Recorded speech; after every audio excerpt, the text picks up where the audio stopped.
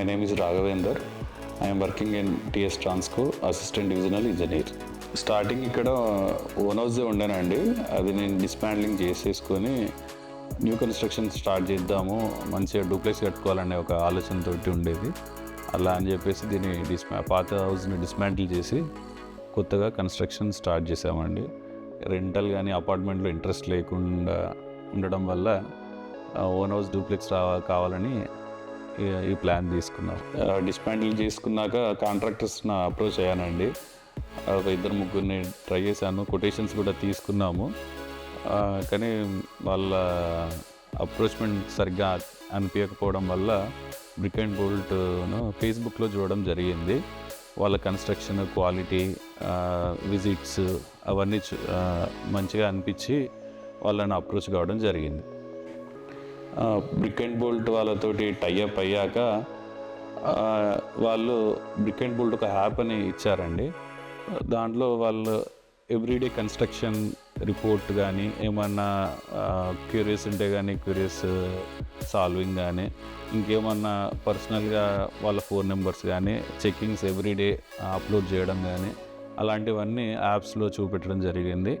అవి కూడా నేను యాక్చువల్గా గవర్నమెంట్ ఎంప్లాయీనండి. నేను డైలీ వచ్చి సైట్ చూసుకోవడానికి నాకు వీలు కాదు అనే ఉద్దేశంతో నేను బ్రిక్ అండ్ బోల్ట్ తోటి అప్రోచ్ కావడం జరిగింది.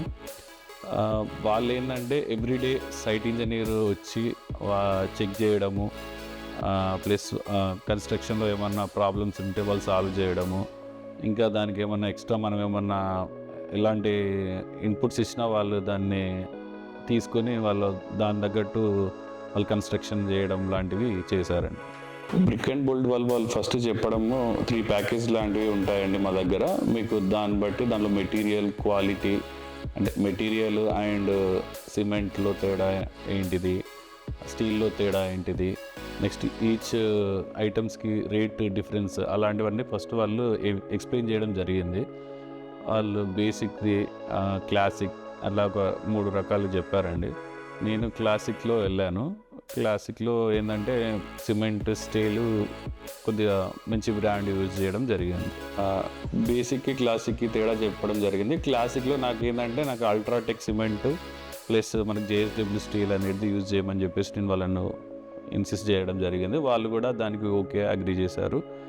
ఇంకేమన్నా ఐటమ్స్ కావాలా అన్నిటి దాని గురించి ప్లస్ వాల్యూ కొంచెం పెంచడం కొన్నిట్లలో అలాంటివన్నీ చేశారు. ప్రతి ఈచ్ మెటీరియల్స్లలో కొద్ది వాల్యూస్ పెంచడము అలా చేసి వాళ్ళు మాకు మంచి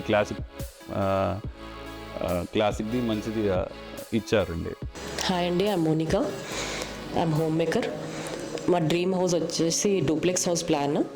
నార్మల్ కాంట్రాక్టర్స్కి ఇస్తే ఎలా చేస్తారో అని చెప్పి కొంచెం కంపెనీస్కి అప్రోచ్ అయిదామని సెర్చ్ చేసాము. ఫేస్బుక్లో బ్రిక్ అండ్ బోల్ట్ చూసాము, అది రివ్యూస్ బాగున్నాయని చెప్పి అప్రోచ్ అయ్యాము. బాగా చేశారు వాళ్ళు, బాగా చేస్తారని నమ్మకంతో వెళ్ళాము.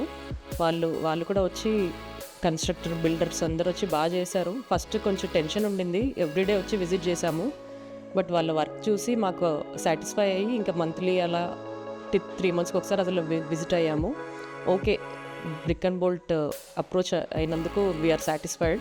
యాక్చువల్లీ మేము ఎలా అనుకున్నామో అలాగే వచ్చిందండి అవుట్పుట్ మాత్రం.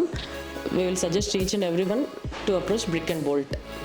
We are very happy with this brick and bolt. Thank you.